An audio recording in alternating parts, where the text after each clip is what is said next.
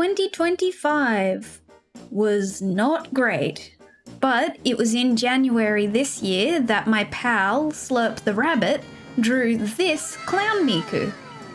This was one of those drawings that just grips you, where you see it and you go, dang, that's good. Oh, the scarf pigtails, the microphone clown nose. Fast forward to about 5 months later when I hadn't created any art, 2D or 3D, all year, and I just needed something, anything to help me through this art block. With that design still on my mind, I asked Slurp if I could try sculpting his funny clown. Hello, I'm Folly Knight 3D, your local eldritch abomination in appearance and script writing skill. And yes, I did have a much longer introduction I was working on, but I accidentally made myself really depressed reminiscing on this year. Don't worry about it. Let's get clowning.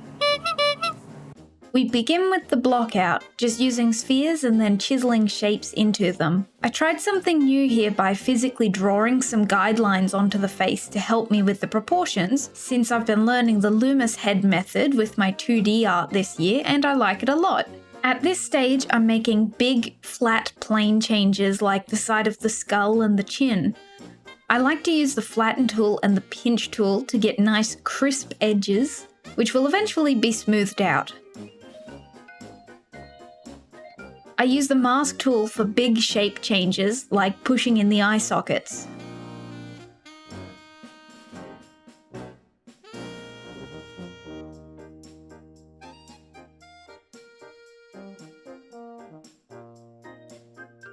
Here's the nose. Even though the nose is going to be covered up completely, it's still worth making it, and this turns out to be a great nose in my opinion.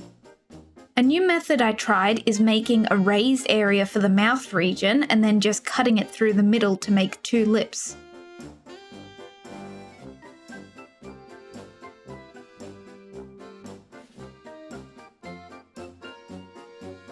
I'm making some hard creases like around the chin and the jowls. It's good to define those shapes before you smooth them out later, like you're putting meat on top of the musculature underneath. Ew. Here I mask out the lower jaw and hinge it downwards because I want her to have an open-mouthed smile. Thankfully, it went pretty well.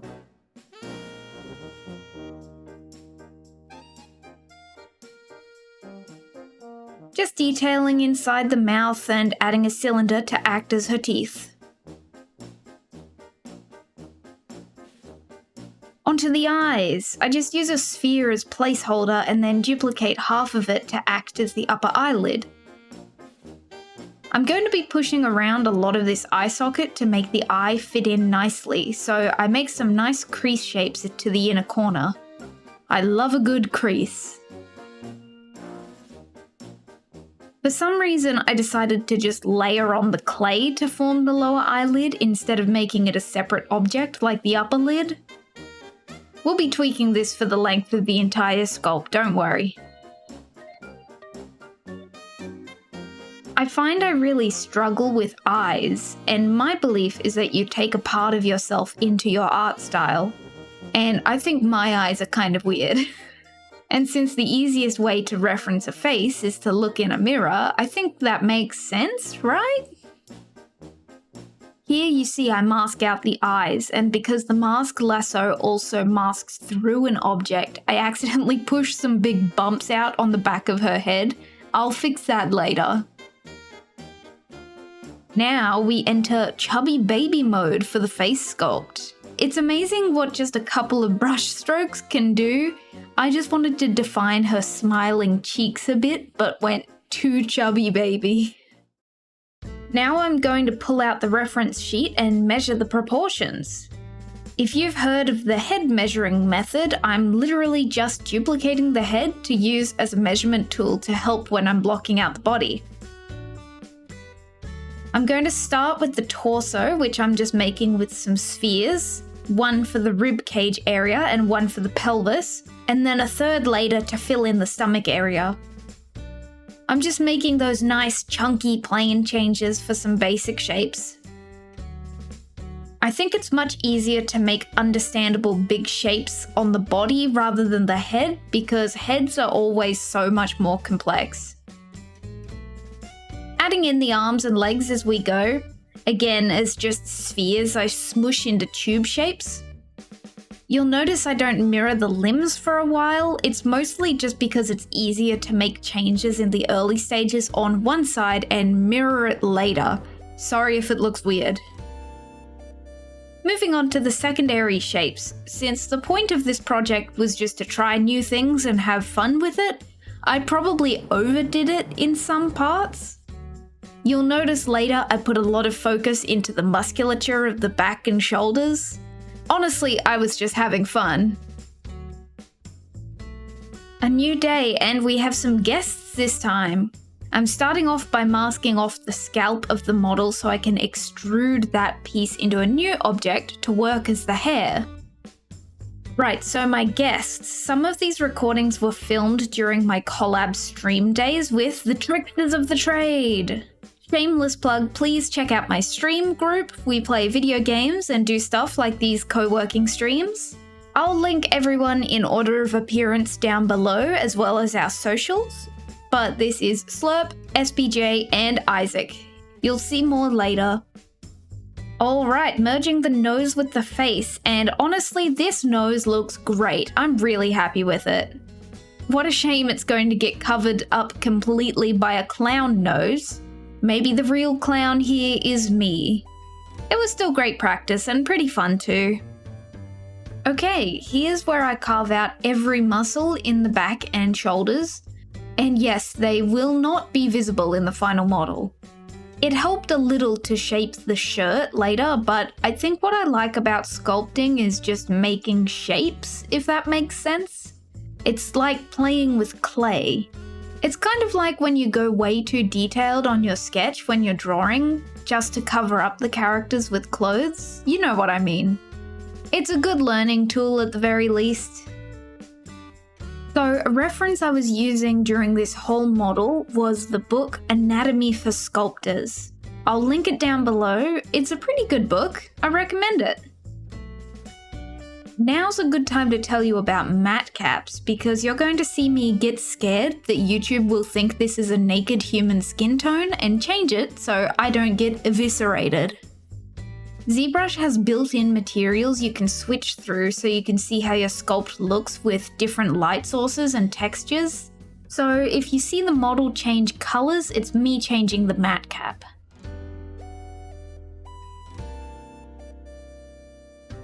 As you can see, a lot of this process is just making tiny tweaks here and there. I'm trying to cut out most of the boring bits for you.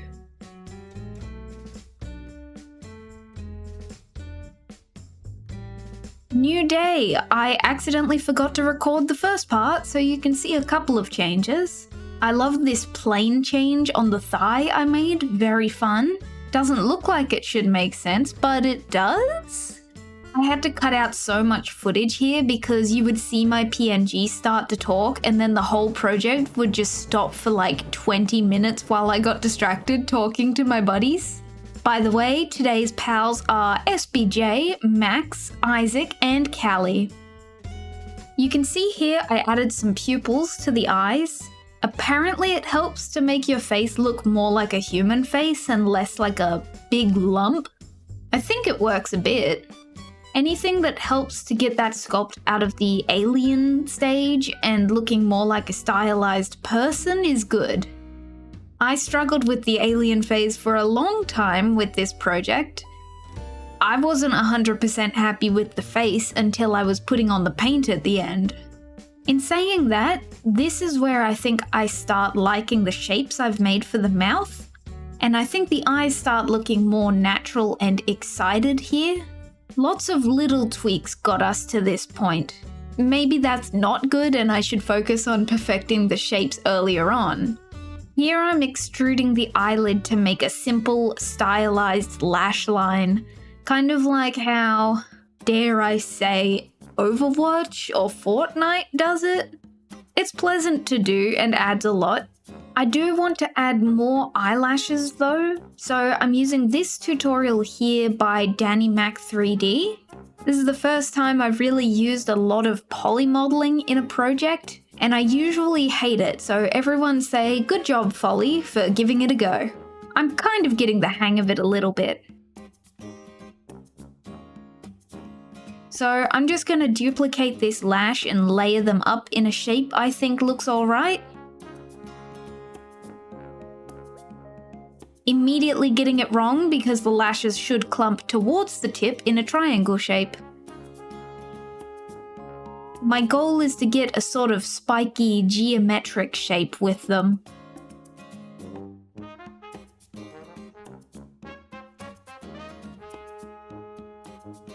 Moving on to the hands now, I'm getting rid of that placeholder and adding a cube for the palm. I'm using the same method as the eyelashes to add a cube for the start of the fingers. I separate the finger along where the joints will be into different polygroups so they can be edited individually.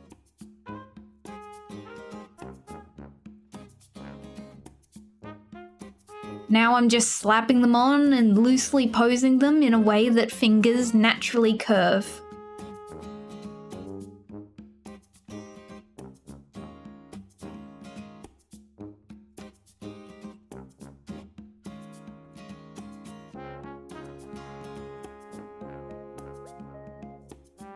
Working on the scalp now, you can see I drew the part lines onto the scalp because her hair is going to be pulled back into 2 ponytails. I'm just drawing in some heavy brush strokes to show the direction of the hair that I'll define later. I decided to block out the bangs by just using spheres and using the snake hook tool and pinching them into chunky triangular shapes. Originally, this was sort of a rough draft of how I wanted to sculpt out the bangs. I just sort of felt like doing it at the end of a day.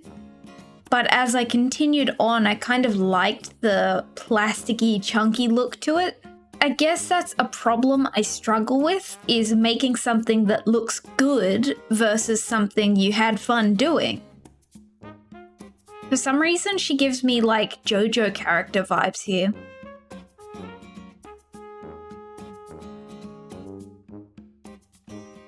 Blender jump scare. We have moved programs so I can work on some poly modeling. By the way, I use the add-on GoZ to move objects between ZBrush and Blender. So I'm poly modeling the skirt. I probably could do this in ZBrush, but look how easy it is in Blender. My focus is to really keep those ridges in the skirt shape, like a parachute. After making the basic shape, I duplicated the edge row of vertices and converted it into a curve, which I can apply a ruffle mesh to. So here I'm making the basic shape of one ruffle, and I applied the array modifier in order to tile the single ruffle to make a chain. Then, using the curve modifier, you can have that chain of ruffles snap to the location and shape of your curve. Lots of little tweaks later, this is going to be our temporary ruffle, but we'll use the same process later to refine the shape.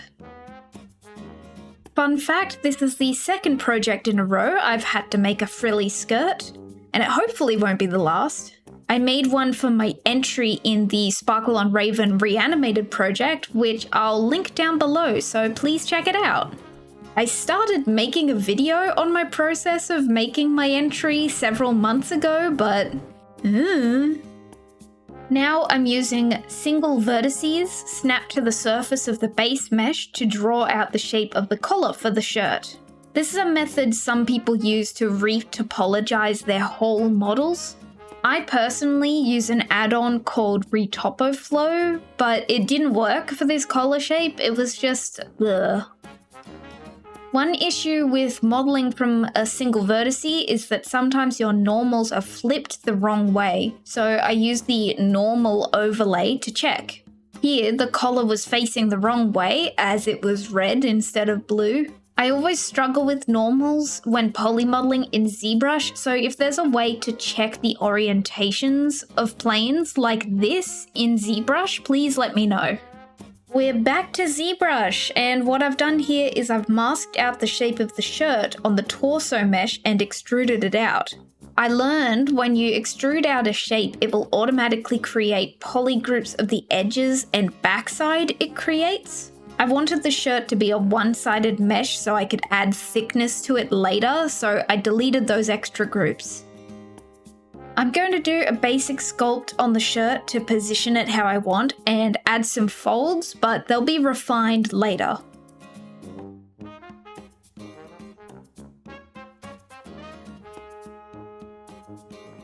Moving on to the shoes. Luckily, these shoes have a nice simple design, so this was just a good time. Enjoy some crisp lines.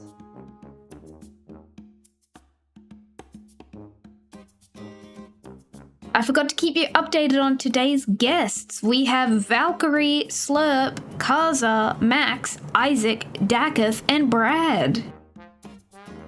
Everyone will be linked down below as usual. Alright, this is the point where I'm happy with how the body looks and I'm going to start posing her. I'm just moving each piece individually and I'll merge them together and resculpt the joins once I'm happy with the pose. There is a method of temporarily joining everything together to pose a mesh called the transpose tool, which I played around with but just felt it was easier to do it this way. I'm actively rotating the forearm because I want to replicate how the ulnar and the radius bones rotate, and I even draw a guide on as well to refine the twist later. I've got to say, this pose does not work very well with the skirt later on. I focused so hard on the way the skirt flowed over the raised leg that I feel like I lost some of the volume and puffiness of it, but you'll see that soon. Here I'm finally mirroring the hands and shoes. I just hate scrolling through the subtools list when it gets really long, so I leave it for as long as possible.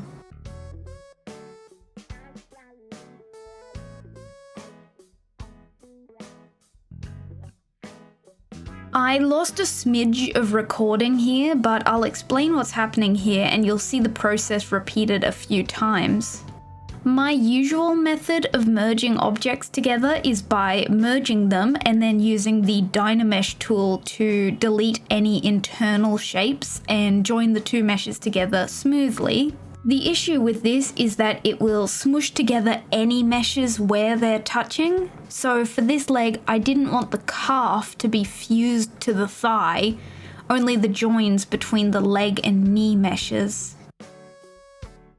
With this method, which I learned from this video, you manually connect the two meshes by cutting a hole in each mesh and bridge them using a zmodeler command.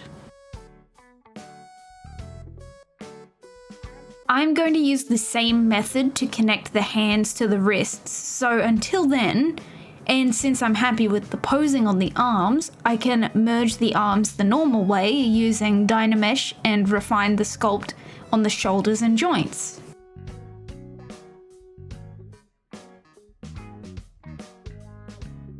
Working on the hands now, and I'm just making sure the fingers look natural and aren't too close to touching.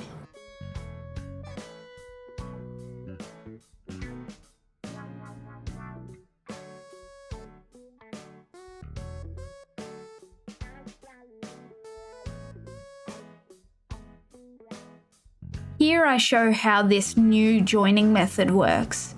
I mask out the part I want removed, convert it to a separate poly group, and then I can just select and delete that group. I do the same process on the arm, and then I can merge the two objects into one subtool. Then, using the zmodeler tool, you select bridge, two holes, and arcs and line, and then it bridges the two gaps. I'm moving on to the shirt now, and now that her torso is twisted from the posing, I can redefine the folds to be flowing in the correct direction. It was really hard to find good references for clothing folds for this pose, so I kind of made it up, so I hope they look alright. Now I'm finally going to pose the skirt. The balance I struggled with was keeping the poofiness of the skirt while not losing any of the volume and maintaining the length in a natural way. While I think the way the fabric folds around the body makes sense, I think I lost that gravity-defying look from the concept art. Because I started with such a low poly mesh for the skirt, I could easily divide it as I needed more polygons, but keep the original topology. Now I've divided each pleat of the skirt into separate poly groups so I can work on them individually. Now that the original frill has gotten very out of shape from being moved around into place, I decided to delete that first frill and export the finalized posed skirt into Blender, where I use the same method to separate the skirt edge loop, convert it to a curve, and apply the previous frill mesh to that shape. You can see that I've started applying some color to the sculpt. I do this by adding a simple plain object with the reference image applied to it so I can eyedrop the colors. It's amazing just how hard it is to use the eyedropper tool in ZBrush. You can't drag the eyedropper into a second window, so I usually eyedrop the colors from the reference in Photoshop and then manually enter the hex codes into ZBrush individually. If anyone has a better way of doing that, please share. Now I'm using ZModeler to extrude the frill to give it some thickness. You can see how the normals are flipped incorrectly for a little bit. Then I tried using the inflate function in the deformation window to give them some thickness, and I really like how it looks.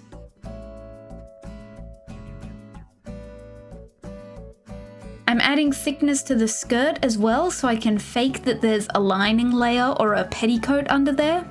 And using the same polygroups that assisted the sculpting before, I can independently select each pleat of the skirt and fill it with the correct color. I'm adding the leg garters here with a pre-made ring object.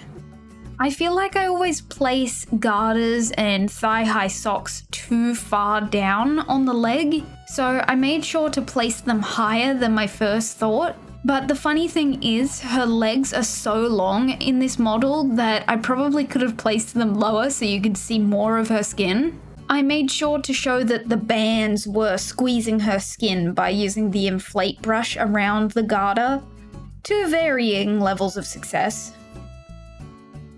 Returning to the hands now, specifically the right one. I'm posing the fingers around this microphone, and because the thumb tip is so close to the other fingers, I merge it to the hand with the non-Dynamesh method. This is a great example of how hard it was to cut together all of my footage in an understandable way, as I would randomly jump from one part of the sculpt to another. Whenever I pose a character holding something, I can't help myself but put a pinky up. It just makes me smile every time. It's a practice deeply rooted in Mega Man hands. Finally, attaching the hands to the wrists on both sides, here's a really good look at how the ZModeler bridge function works.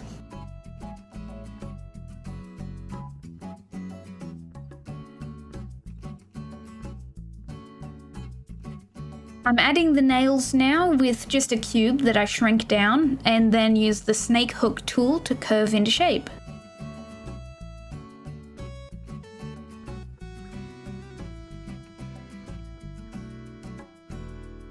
Now I'm finishing the microphone, and this is a technique I knew I wanted to use from the very beginning. ZBrush has something called nano mesh, which is like turning your existing mesh's surface into a highly detailed tiling pattern. You can use it, for example, to make chainmail without having to model each chain. I use a built-in option to create that classic microphone head texture. Now I'm trying to finalize this microphone handle.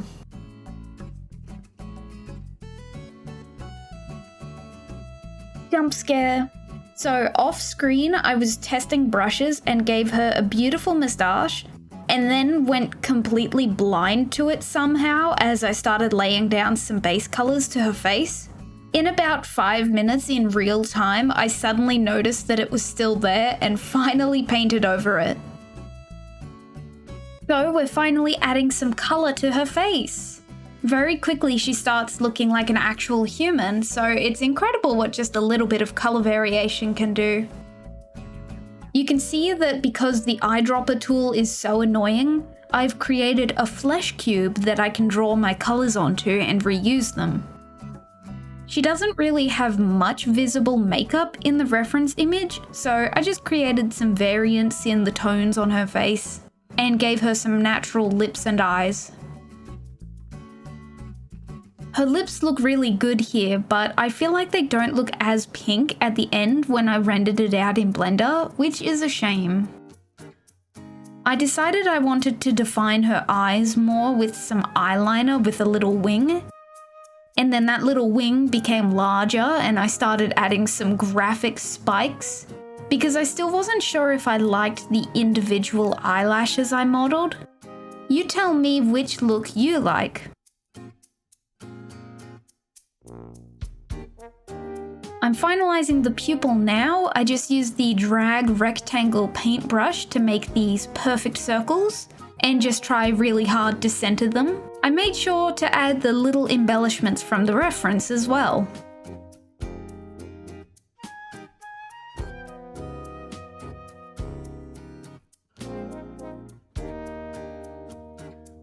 Now using that same method and using a star-shaped brush alpha mask that comes built in, I add the star pattern on her left leg.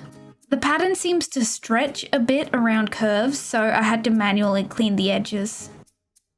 I'm finally adding some loose strands to the hair. My original idea was to cover the head with these loose strands, created by using the curved snap brush. But I felt it was becoming too messy, so I only left a few in to break up the silhouette of the hair. You'll notice I never showed my process of sculpting the details of the hair. Well, that's because this is what my computer setup looks like, and this is how Artemis gets down from his spot in the sun. But I just used the hair brush in ZBrush to create strands on the base shapes I created earlier. Alright, finally I'm posing the head and neck, struggling with the symmetry tool a little bit, and it crashed. This is how I found out my drive was full of years worth of autosaves. I left posing the head this long because I knew I wanted to have symmetry enabled for painting the face, and once you move your object away from the world center, the symmetry can break. I believe there's a way to re-enable the symmetry on a moved object, so if you know how, please let me know. I'm using the same method as before to merge these parts, this time because I don't want to have to enable Dynamesh and ruin the fine details I've already sculpted in the hands and face.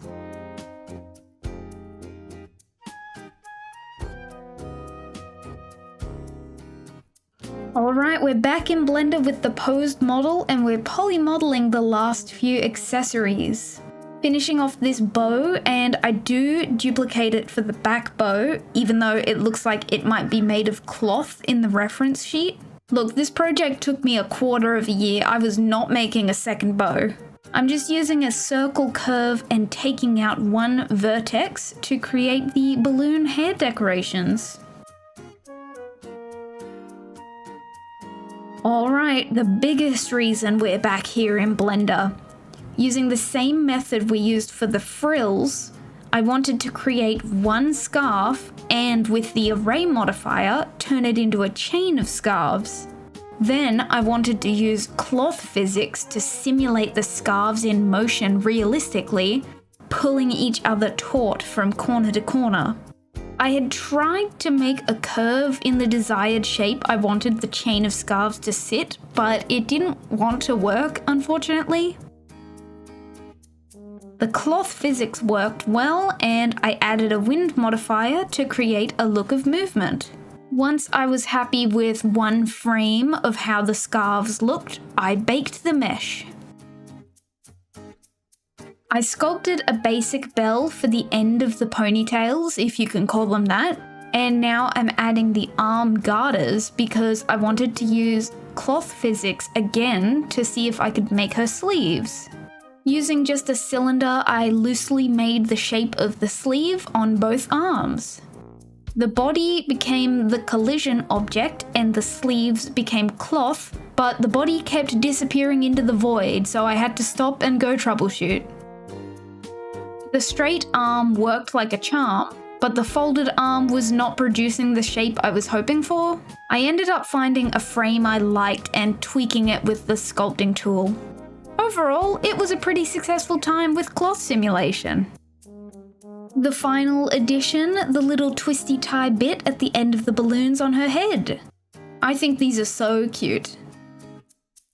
And then I'm gently adding some more movement and shape to the chain of scarves, trying to avoid deforming the meshes too much.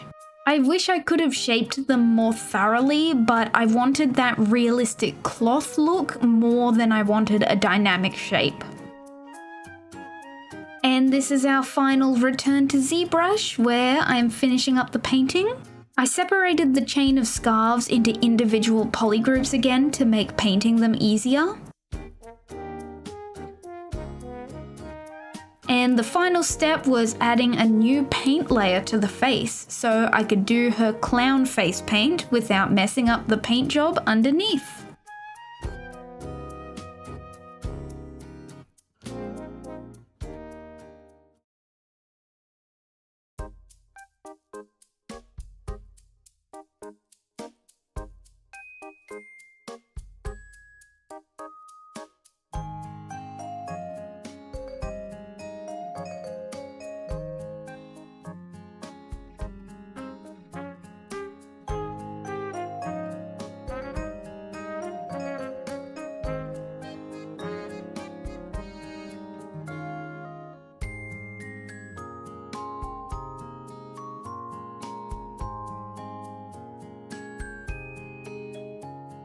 So there we have it. I hope you enjoyed seeing the full process of how I make a sculpt. In the future, hopefully I can include less detail. I just had to get every step out, you know? Looking back on the project, it was a lot of fun. It was nice to be able to experiment with some new methods and take my time, although it definitely made the recordings hard to sift through. I'm looking forward to doing this again and being able to get more practice with faces, eyes specifically, and more detailed hair, etc. Finally, do I think it got me out of the art block I was in? Maybe?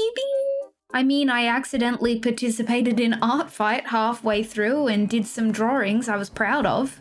I had fun and learned some new things, so let's just say potentially.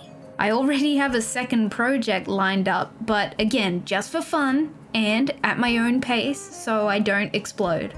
Thank you so much for watching, and I hope I covered any questions you have, but if I missed something or you're unsure about any part of the process, please leave me a comment down below and I'll try and answer that for you.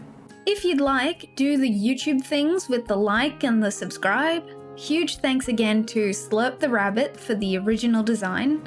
You can find him here and linked down below in the description. And hey, if you want more from both of us, check out our stream team, the Tricksters of the Trade, over here on YouTube, and join our Discord where we host book clubs, perchance. And finally, you can find me on Twitch here and some of these other places. It's been a bad year, guys. Come and hang out and tell me something good has happened to you, please. Please, please, please, please, please, please. Alright, that's it from me.